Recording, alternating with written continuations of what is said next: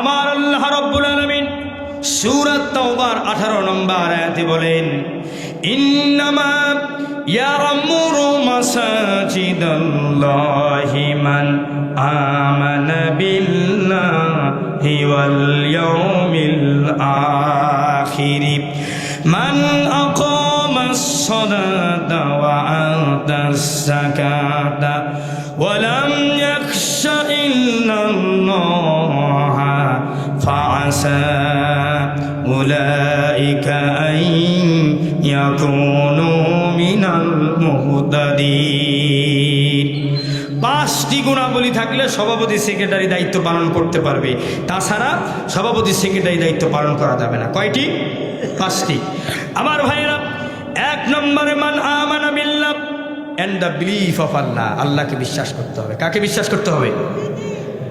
ওয়াল ইয়াউমিল আখির and the last day, পরকালের প্রতি বিশ্বাস স্থাপন করতে হবে। মান আকামাস সালাত, নামাজ প্রতিষ্ঠা করতে হবে। ওয়া আতাস যাকাত, যাকাত আদায় করতে হবে। ওয়া লাম ইয়াখশা ইল্লাল্লাহ, আল্লাহকে ভয় করতে হবে। আল্লাহকে ভয় করবে। 5টি কাজ যারা করে তারাই হবে সভাপতি সেক্রেটারি। ঠিক কিনা বলেন? আর এরা কখনো ইমাম সাহেবের বেতন কমাবে না, বেতন বাড়িয়ে দিবে। ঠিক কিনা বলেন? আমার ভাইয়েরা, একান্ত আপনজনের আমার, এই 5টি গুণাবলী আমাদের অর্জন করা দরকার আছে না নেই? আমার বন্ধুগণ, আপনাদের খারাপ লাগতেছে মনে হয়। আমার সম্মানিত ভাইয়েরা, বলতেছিলাম আল আমানাতু মাগনামা, আমানতের খেয়ানত যারা করে। আমার ভাইয়েরা, বন্ধুরা, একান্ত আপনজনের আমার, দেখেন আমানতের খেয়ানত কিভাবে হয়ে যাচ্ছে। আমরা কোরআনের বুলবুলি আল্লামা সাঈদীকে পার্লামেন্টে পাঠিয়েছিলাম রাজনীতি করার জন্য, সংবিধান চালানোর জন্য, পার্লামেন্ট চালানোর জন্য। ঠিক কিনা বলেন? কিন্তু তারা চিকিৎসার নামে তামাশা করে ইঞ্জেকশন পুশ করে হত্যা করেছে, আমানতের খেয়ানত করেছে। ঠিক কিনা বলেন? শাপলা চত্বরে নবীজিকে কটূক্তি করার কারণে গোটা বাংলাদেশ থেকে মুসলমানদেরকে পাঠিয়েছিলাম, যাও সমাবেশ করো।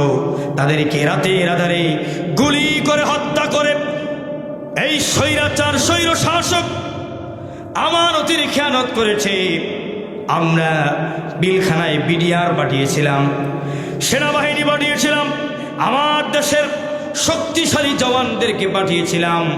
কোনো দেশ যেন রক্তচক্ষু তাকাতে না পারে, আমাদের দিকে কেউ যেন রক্তচক্ষুর সাথে তাকাতে না পারে। আর তারা ওই বিলখানার ভিতরে সেনাবাহিনী বিজিবিদেরকে হত্যা করে আমানতের খেয়ানত করেছে। ঠিক কিনা বলেন? 2024 সালে ছোট্ট ছোট্ট ছাত্র বন্ধুরা আমার, আবু সাইদ মুগ্ধরা, এদেরকে আমরা আমানত হিসেবে দেশে লালিত পালিত করেছিলাম। আর স্বৈরাচার স্বৈর শাসক তার লালিত পালিত ওই প্রশাসন দিয়া আবু সাইদের মুগ্ধদের মতো আমাদের ভবিষ্যৎ প্রজন্মকে তারা দুনিয়া থেকে শহীদ করে দিয়েছে। ওরা আমানতের খেয়ানত করেছে। চিৎকার মেরে বলেন ঠিক না বেঠিক? আমানতের খেয়ানত বুঝে যায়? আমার ভাইরা, 3 নম্বর হলো যাকাতু মাকরামা। যাকাতকে যারা জরিমানা মনে করবে, কি মনে করবে? যাকাতকে যারা জরিমানা মনে করবে, এই জনপদের উপরে আমার আল্লাহ গজব নাজিল করবেন। এই বিষয়ে লম্বা আলোচনা করতে চাচ্ছি না, তারপরও বলি ভাই, আমরা একজনকে এমপি বানিয়েছিলাম যিনি এই বাংলাদেশের অর্থনীতিকে, ইসলামী ব্যবস্থাটাকে জাকাত ব্যবস্থা করার জন্য আপ্রাণ চেষ্টা করে গিয়েছে। আর সেই কোরআনের পাখিকে তারা হত্যা করে তারা আবার ওই কোরআনের পাখির বিরুদ্ধে জাকাত আত্মসাতের মামলা দিয়া নোংরামি করেছে। ঠিক কিনা বলে? নোংরামি করে নাই? আমার বন্ধুগণ, ওয়াতুআল্লিমুল গায়রিদ্দিন, 4 নম্বর হলো এই কোরআনের জ্ঞান ছেড়ে দিয়া মানুষ দুনিয়ার জ্ঞানের পিছনে ছুটে যাবে। সম্মানিত ভাইরা আমার, আমরা বলেছিলাম ইবতেদায়ী থেকে শুরু করে প্রাইমারি বিশ্ববিদ্যালয় পর্যন্ত কোরআনের সিলেবাস দেওয়া হোক, নবীজির জীবনী দেওয়া হোক, সাহাবীদের জীবনী দেওয়া হোক। কিন্তু তারা তা না করে তারা স্কুল বিশ্ববিদ্যালয় এগুলো পরেই থাক, মাদ্রাসার ভিতরে ট্রান্সজেন্ডারের নামে শরীফার সমকামিতার এই গল্প ঢুকিয়া ছেলেদের সাথে প্রেম করবে, মেয়েদের সাথে রাত্রি কাটাবে, এই রকম আয়োজন তারা করেছে, ঠিক কিনা বলেন? তাহলে আমরা বলছি তুআল্লিমুল গায়রিদ্দিন, আপনি শিক্ষা ব্যবস্থা উন্নত করুন, আর তারা শিক্ষা ব্যবস্থা নষ্ট করে দিয়েছে, ঠিক কিনা বলেন? এই জন্য ভাইয়ের আমার, যেই দেশে পঞ্চম শ্রেণীর প্রশ্নপত্র ফাঁস হয়, আমার কাছে তো মনে হয় সেই দেশের শিক্ষা ব্যবস্থার ঠিক মতো নাই, ঠিক কিনা বলেন? আমার বন্ধুগণ, আমার একান্ত আপনজনের, আমার শিক্ষা ব্যবস্থার বেহাল দশা। এ প্লাস পেয়েছে, জিজ্ঞেস করেন তুমি এ প্লাস পেয়েছো, ইংরেজিতে বলো আই এম এ প্লাস, সে নিজেই এ প্লাস হয়ে গেছে, ঠিক কিনা বলেন? শিক্ষা ব্যবস্থা একেবারে বিনষ্ট করে দিয়েছে। আমার বন্ধুগণ, একান্ত আপনজনের, আমার একটুখানি গভীরভাবে মনোযোগ দিতে হবে। শিক্ষা ব্যবস্থা যদি ভালো না হয় তাহলে মদ খাওয়া যাবে, নেশা করা যাবে, ঠিক কিনা বলেন? শিক্ষা ব্যবস্থা সুন্দর করতে হবে, আর এই শিক্ষা ব্যবস্থা তারা নষ্ট করে দিয়েছে। 5 নম্বরে পাঁচ নম্বরে হলো এই যে যারা পুরুষ আছেন, স্ত্রীকে বুকে টাইনে নেবে, জোরে বলেন তো কোথায় টাইনে নেবে? বুকে টাইনে নেবে। আর মাদেরকে দূরে ঠেলে দিবে। বলেন তো এইরকম যুবক আছে না নাই? হে ভাই জোরে বলেন, আছে না নাই? স্ত্রীকে পায়া 3-4 বছর কষ্ট করে লেখাপড়া শেষ করে স্ত্রী সুন্দর রূপসী মহিষী নারীকে বিয়ে করেছে। এখন এই মুহূর্তে স্ত্রী কথাও শোনা লাগে, আবার মায়ের কথাও শুনলে বিপদ। এইরকম সমাজে, বিভিন্ন সমাজে দেখবেন বউ শাশুড়ির ভিতরে ঝগড়া আছে না নাই? আর এই ক্ষেত্রে পুরুষরা অনেক সময় মাকে দূরে ঠেলে দেয়। কোথায় দূরে ঠেলে দেয়? মাকে দূরে ঠেলে দেয়, স্ত্রীকে কাছে নেয়। আমার আল্লাহ পাক বলেন, যেই জনপদের ভিতরে মাকে সম্মান করবে না, স্ত্রীকে আপন করে নিবে, সেই সমাজের উপরে আমার আল্লাহ গজব নাজিল করবেন। নাউজুবিল্লাহ বলেন। তাহলে বললাম তুআল্লিমুল গায়রিদ্দিন, ইলমে দ্বীন উঠে যাবে। ও আকাম্মাহু, আর মায়ের বিরোধিতা করবে। ও আদনা সাদিকহু, আর বন্ধু বেড়ে যাবে। আমাদের যুব সমাজের বন্ধু কম না বেশি ভাই? এ ভাই কম না বেশি? একেবারে ফেসবুকে তারা লিস্টে বলে আমার 5000 বন্ধু। কয় হাজার বন্ধু? 5000 বন্ধু, একেবারে লিস্ট ফেলাম। আর এরা সারা রাত ফেসবুকে সেটিং, রাতে ইটিং, মোবাইলেই ফিটিং, সকালবেলা ফজরের নামাজের খবর নাই। আমার রাসূল করিম সাল্লাল্লাহু আলাইহি ওয়াসাল্লাম সাহাবায়ে জিজ্ঞেস করলেন, ইয়া রাসূলুল্লাহ, ইয়া হাবিবাল্লাহ, ফজরের নামাজ যে তারা পড়ে না, এদের ব্যাপারে আপনার বক্তব্য কি? আমার রাসূল বললেন, এই যে যারা নামাজ পড়ে না, হাত্তা আসবাহা লাইলাতান সুম্মা আসবাহা, ফজরের নামাজ তো তারা পড়ে না, যাকা বালা শাইতানু ফি উজনাইহি আলা আও ক্বালা ফি উজনিহি, ওই যুবকগুলোই ফজরের নামাজ পড়ে না যেই যুবকগুলো সারা রাত ফেসবুক চালায়, ঠিক কিনা বলেন? আর ওই যুবকগুলোর কানের ভিতরে শয়তান গরম পেশাব করে দেয়। এই পেশাব করার কারণে, শয়তান পেশাব করার কারণে যুবক সারা রাত ঘুমায়, সকালেও ঘুমায়, ফজরের নামাজ পড়ে না, ঠিক কিনা বলেন? আমার ভাইয়েরা, বন্ধুরা, তাহলে এই সম্পদ কামাই করতে করতে মানুষ জাহান্নামী হয়ে যাবে, জাহান্নামী হয়ে যাবে। আমার বন্ধুগণ, একান্ত আপনজনের, আমার প্রাণের প্রিয় ভাইয়েরা, আমার রাসূল বলেন, এই যে সম্পদ দখল করার কারণে, রাষ্ট্র থেকে চুরি করার কারণে যেমন আমি আল্লাহ পাক গজব নাজিল করে থাকি, আর 5টি ভাবে সম্পদ কামাই করার কারণেও আমি আল্লাহ পাক তাদের উপরে গজব নাজিল করে দেই। চিৎকার মেরে বলেন না নাউযুবিল্লাহ। আন আবি উমামা রাদিয়াল্লাহু তাআলা আনহু قال قال النبي صلى الله عليه وسلم الضعيف الذي لا صبر له الذين فيكم تبع لا يبغون أهلا ولا مالا।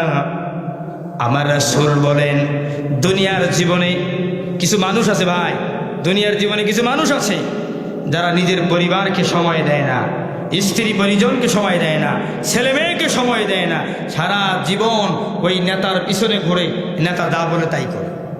নেতা যদি বলে ওর বাড়ি ভাঙতে হবে, ওর মেয়েকে ধর্ষণ করতে হবে, গাঁজা খাইতে হবে, নেশা করতে হবে, সমাজে বিনষ্ট তৈরি করতে হবে, মুরব্বীদেরকে অসম্মান করতে হবে, ওই তামসা সারা দিন নেতার কথায় চলে। এই রকম তামসার ব্যাপারে আমার রাসূল বললেন এই তামসা জাহান্নামী হয়ে যাবে। এরকম তামসা আছে না নাই? আমার ভাই আছে না নাই? লুঙ্গি আছে, সেলাই নাই, তার নাম গামছা।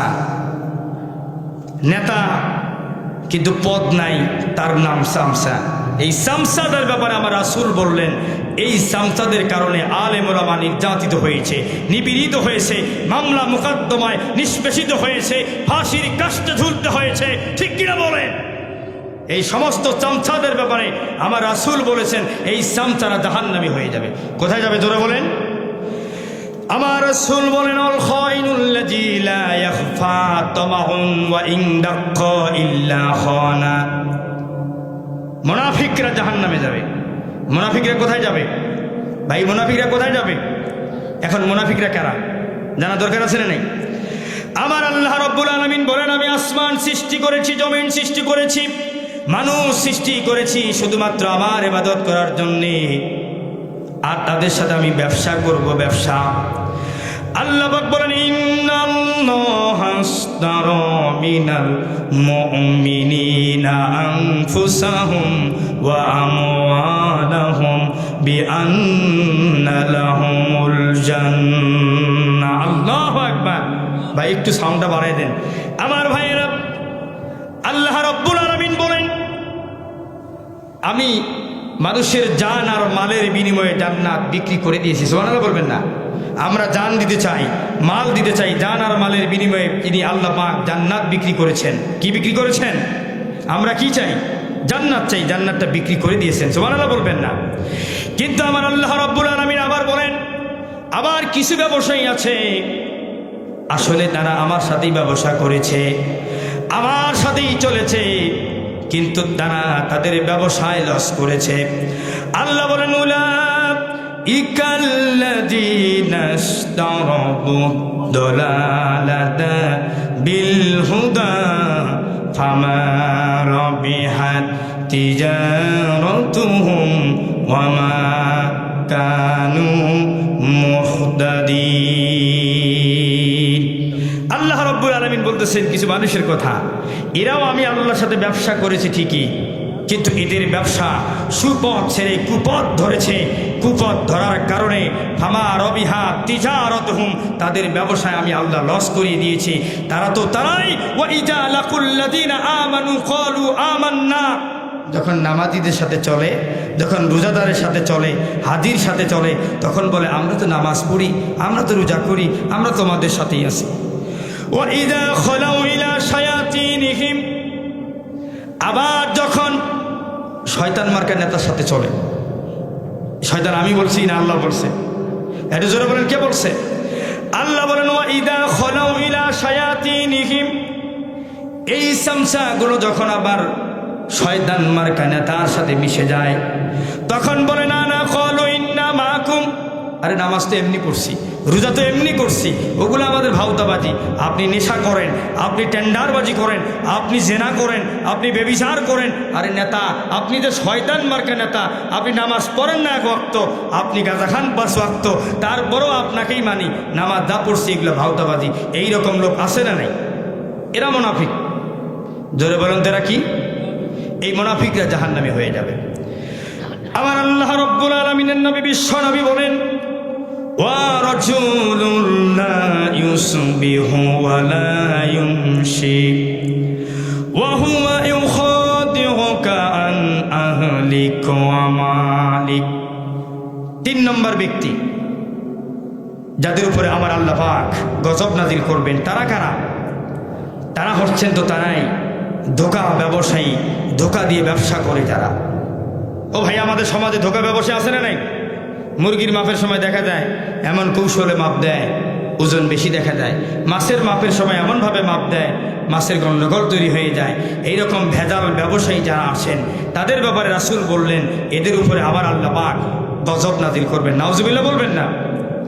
আমার বন্ধুগণ, একান্ত আপনজনেরা আমার, তবে আমার আল্লাহর নবী বিশ্ব নবী বলেন আবার কিছু ব্যবসায়ী আছে যেই ব্যবসায়ীগুলো, একটা ছোট্ট পানের দোকানদার আছে না, পানের দোকানদার, ছোট্ট মুদির দোকানদার, সারাদিনে 200 টাকা বিক্রি করে। এই পানের দোকানদার, এই ছোট্ট দোকানদার একটি টাকাও অসৎভাবে কামাই করে না, অসৎভাবে উপার্জন করে না। আমার রাসূল বলেন এই ব্যবসায়ী শহীদদের সাথে, নবীদের সাথে কিয়ামতে জান্নাতি হয়ে যাবে। সুবহানাল্লাহ বলেন। আমার রাসূল বলেন আত-তাজিরু সুদ্দুকুল আমিনু মা'আন নাবিয়িনা ওয়াস সিদ্দিকিনা ওয়াস শুহাদাই ওয়াস সালিহিন। এই সমস্ত ব্যবসায়ীরা জান্নাতি হয়ে যাবে। সুবহানাল্লাহ বলেন। আমার বন্ধুগণ, একান্ত আপনজনেরা আমার, তাহলে বলতেছিলাম তুআল্লিমুল গায়রিদ্দিন ওয়া ইতাআর রাজুল ইমরাআতাহু ওয়া আqa উম্মাহু ওয়া আদনা সাদিকাহু ওয়া আকসা আবাহু। পিতামাতার সাথে, বাবার সাথে সন্তানের সম্পর্ক খারাপ হয়ে যাবে। কার সাথে সম্পর্ক খারাপ হবে? বাবার সাথে সন্তানের সম্পর্ক খারাপ হয়ে যাবে। যখন যেই জনপদের ভিতরে বাবার সাথে সন্তানের সম্পর্ক খারাপ হয়ে যায়, আমার আল্লাহ পাক ওই জনপদের উপরে গজব নাজিল করে দেয়। নাউজুবিল্লাহ বলবেন না। আমার সম্মানিত ভাইরা আমার, অনেক বাবাদেরকে দেখবেন তারা কিন্তু মরণের আগে, মৃত্যুর আগে ছেলের সম্পত্তি বেশি করে দেয় আর মেয়েরে ঠকায়। ঠিক কিনা কন? বেটির হক ঠকায়। এরকম লোক আছে না নাই? আছে না? তাহলে 70 বছর ইবাদত করেছে, নামাজ রোজা সব ঠিক আছে, সব তার ঠিক, কিন্তু মরণের সময় যখন মরে যাবেন ঠিক ওই মুহূর্তে বেটির হকটা মাইরে দিচ্ছে। এরকম লোক আছে না নাই? এই বেটির হক মাইরে দেওয়া, এই লোক যত বড় হাজি হোক, যত বড় সভাপতি হোক, যাই হোক না কেন, যত বড় ইমানদার মুসল্লি হোক না কেন, আমার আল্লাহ পাক বলেন উলাইকা আসহাবুন নার, ওটা জাহান্নামী হয়ে যাবে। কোথায় যাবে? 70 বছর একাধারে নামাজ রোজা সব ঠিক আছে, কিন্তু বেটির হক মারছে। বেটির হক যারা মারে, বলেন তো দেখি জান্নাতে যাবে নাকি জাহান্নামে যাবে? কোথায় যাবে? জাহান্নামে হয়ে যাবে। আমার রাসূল বলেন ইন্নার রাজুলা লা ইয়ামালু বিআমালিন আহলিশ শাররি আহলিল খায়রি 70 সানাতান ফাইদা আওসাহা ফা 70 ফাইখতামু লাহু বিআমালি শাররি ফায়াদখুলুন নার। রাওয়াহুল বাইহাকি। আমার রাসূল বলেন 70 বছরের নামাজ, 70 বছরের রোজা, 70 বছরের হজ যদি মরার সময় বেটির হক মারে দেয়, এই প্রত্যেকটি আমল নিয়ে জাহান্নামে যাবে। নাউজুবিল্লাহ বলবেন না। কিন্তু নামাজ পড়ে নাই, রোজা করে নাই, হজ করে নাই, যাকাত দেয় নাই, মোটো ইমানদার ছিলই না, ইমান আনেই নাই, এই ব্যক্তি যদি মরার আগে ইমানটা আনে আর যদি বেটির হক ঠিক মতো বুঝায় দেয়, সম্পত্তি ঠিকঠাক মতো বুঝায় দেয়, জান্নাতি হয়ে যাবে। সুবহানাল্লাহ বলবেন না। আমার রাসূল বলেন ইন্নার রাজুলু লা ইয়ামালু বিআমালিন আহলিশ শাররি 70 সানাতান ফায়াদিলু ফায়ুখদামু লাহু ফায়াদখুলুল জান্নাহ।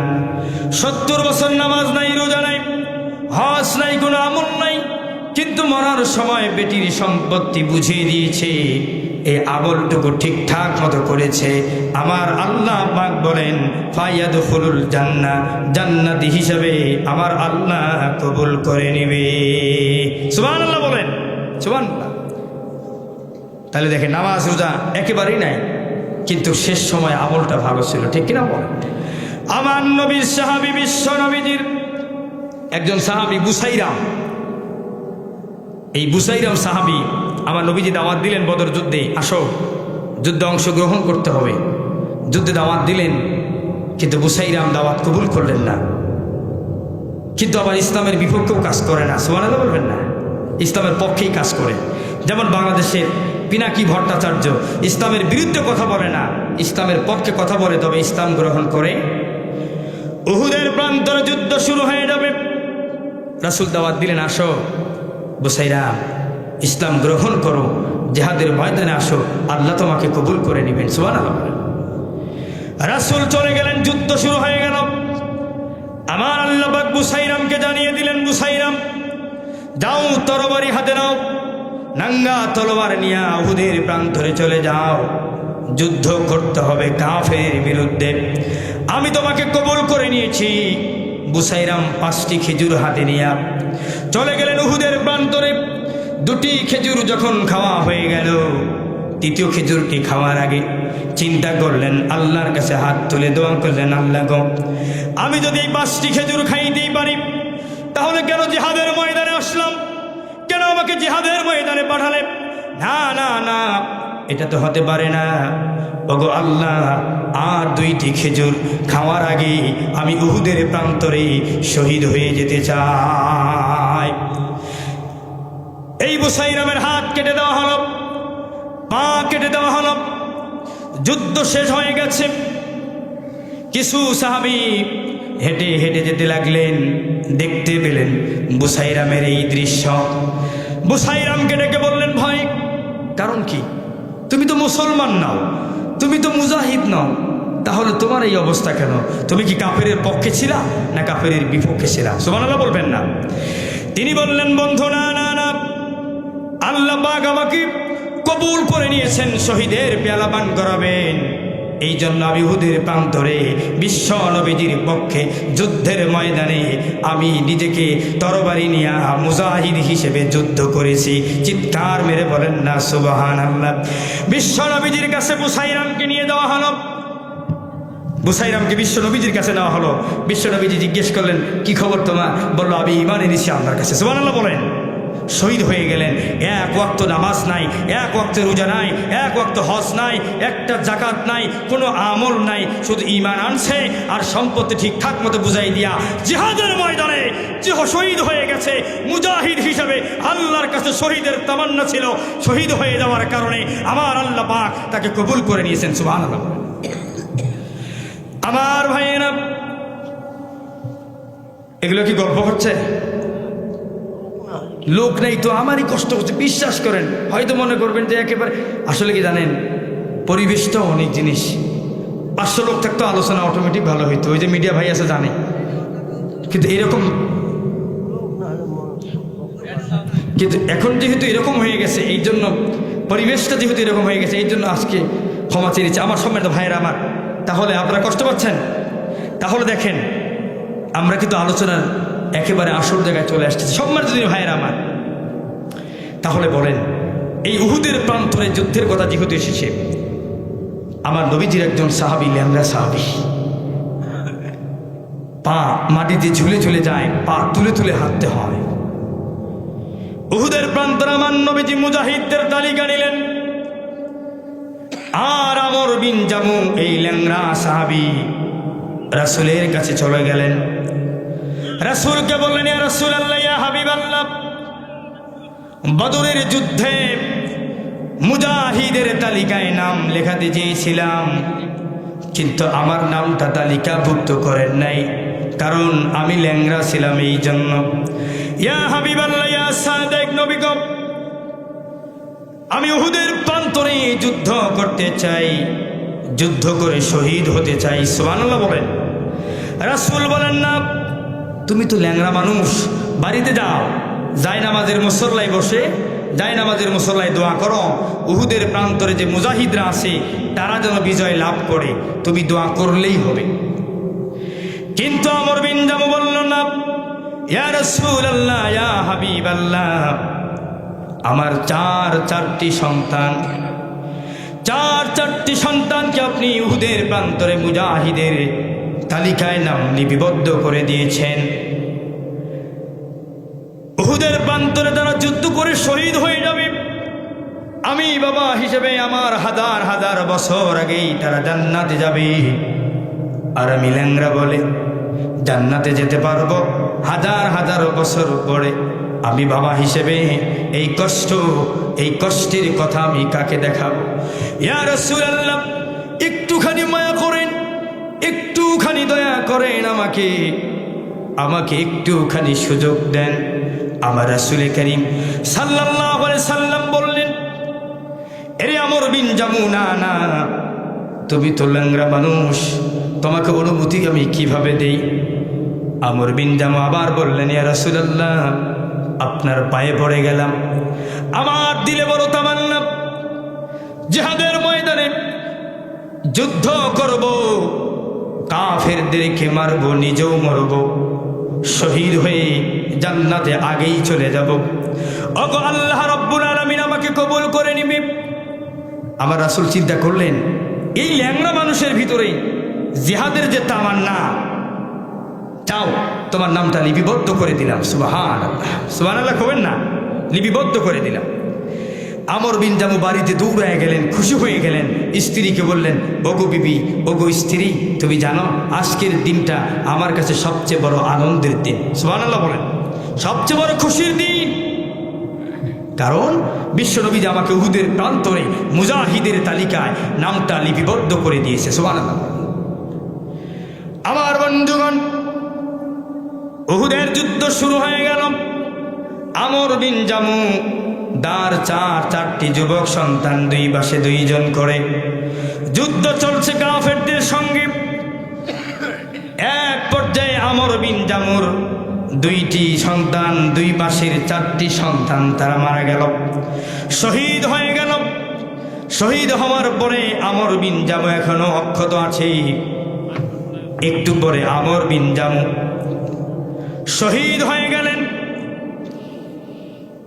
আমার বিশ্বনবীজি এই উহুদ প্রান্তরের 70টি লাশ 70টা উটের উপরে বেঁধে দিয়ে রাসূল বললেন, ও উট, যাও আসমানের নিচে জমিনের উপরে সবচেয়ে দামি হলো এই শহীদদের লাশ।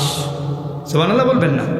সম্মানিত ভাইরা আমার, এই লাশগুলি উট বাড়িতে নিয়ে যাচ্ছে, কিন্তু 5টি লাশ এখনো বাড়ি যায়নি। আমর বিন জামুর স্ত্রী চলে এসেছে। রাসূল তো বললেন, ইয়া রাসূলুল্লাহ, সব লাশ তো বাড়ি গেল, কিন্তু 5টা লাশের মালিক হলাম আমি। আল্লাহর নবী বের হলেন, দেখলেন 4টি লাশকে বললেন, উট যাও, নিয়ে যাও। 4টি লাশকে উট নিয়ে চলে গেল। আর 1টি লাশের বেলায় আমার রাসূল উটের কাঁধে হাত বুলিয়ে দিয়ে বললেন, উঠতে যা, যা আমর বিন জামুর লাশটা নিয়ে যাবারে। উট কোনো মতেই পা তুলছে না, উট পা একেবারে মাটির সাথে দাবিয়ে দিয়েছে। কারণটা কি? নবীজি জিজ্ঞেস করলেন, ও মহিলা, তোমার সাথে কোনো ঘটনা ঘটেছে নাকি? আমর বিন জামুর স্ত্রী বললেন, যখন বাড়িতে গেল বলল, রাসূল আমাকে মুজাহিদের নাম লিস্টি করেছে, আমাকে মুজাহিদ হিসেবে তালিকাভুক্ত করেছে, খুশি হয়ে গেছে। তখন আমি বললাম, আরে তুমি তো ল্যাংড়া মানুষ, তুমি আবার কিসের মুজাহিদ, তুমি আবার কিসের জিহাদ করবা, তুমি তো পালায়া চলে আসবা। দেখবা কাফেররা যখন তোমাকে আক্রমণ করবে, তুমি দ্রুত দৌড়ায়া পালায়া বাড়ি ফিরে আসবা।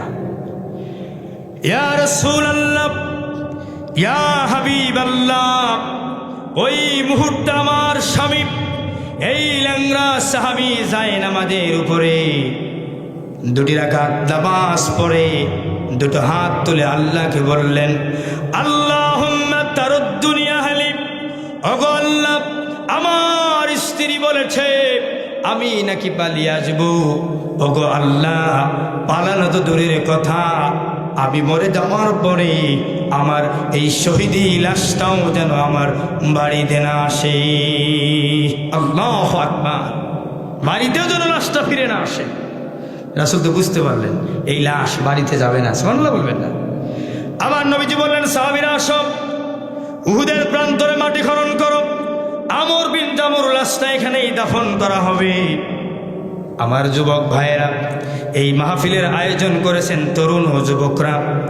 তাহলে দেখেন, একজন ল্যাংড়া সাহাবীর কি তামান্না, যুদ্ধের ময়দানে জিহাদ করার জন্য, যুদ্ধের ময়দানে জীবন বাজি রেখে জীবনটাকে উৎসর্গ করার জন্য কি তামান্না আমার ভাইয়েরা।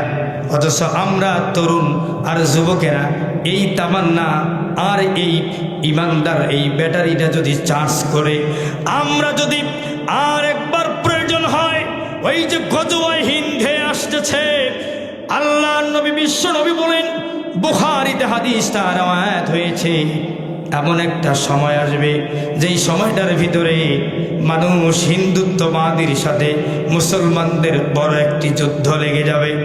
মুসলমানদের ভিতরে 10 জনের 9 জনই মারা যাবে। কয়জন মারা যাবে জোরে বলেন? 9 জন মারা যাবে। একজন শুধু বেঁচে থাকবে ওই উৎসব করার জন্য, বিজয় উল্লাস করার জন্য। বিশ্বনবীজি বলেন রক্ত এত বেশি হবে যেই রক্ত টাকনু বরাবর পর্যন্ত হবে। আমার সম্মানিত ভাইরা আমার, ওই যুদ্ধের ময়দানে যারা মুসলমানদের পক্ষে থাকবে, হিন্দুত্ববাদীর বিপক্ষে থাকবে, যারা মুসলমানদের পক্ষে থেকে যুদ্ধ করবে গজওয়া হিন্দে, ওই প্রত্যেকটি মুসলমানদেরকে আমার নবীজি বলেন তারা সবাই বিনা হিসাবে জান্নাতি হয়ে যাবে। সুবহানাল্লাহ বলেন। আমার তরুণ যুবক ভাইরা, তাহলে যদি গজওয়া হিন্দের ডাক আসে, এই পলাশবাড়ির ভাইদেরকে বলছি, যদি আর একবার ডাক আসে, গজওয়া হিন্দের ডাক যদি পেয়ে যান, মর্দে মুজাহিদের মতো, মুসলমানের বাচ্চার মতো হিন্দুস্তানের বিপক্ষে যুদ্ধ করার জন্য, রক্ত দেওয়ার জন্য, এই ইঞ্চি ইঞ্চি জমিনকে, এই বাংলাদেশকে স্বাধীন করার জন্য, গজওয়া হিন্দে মুসলমানদের বিজয় আনার জন্য কারা কারা রাজি আছেন? দুহাত তুলে আল্লাহকে দেখান।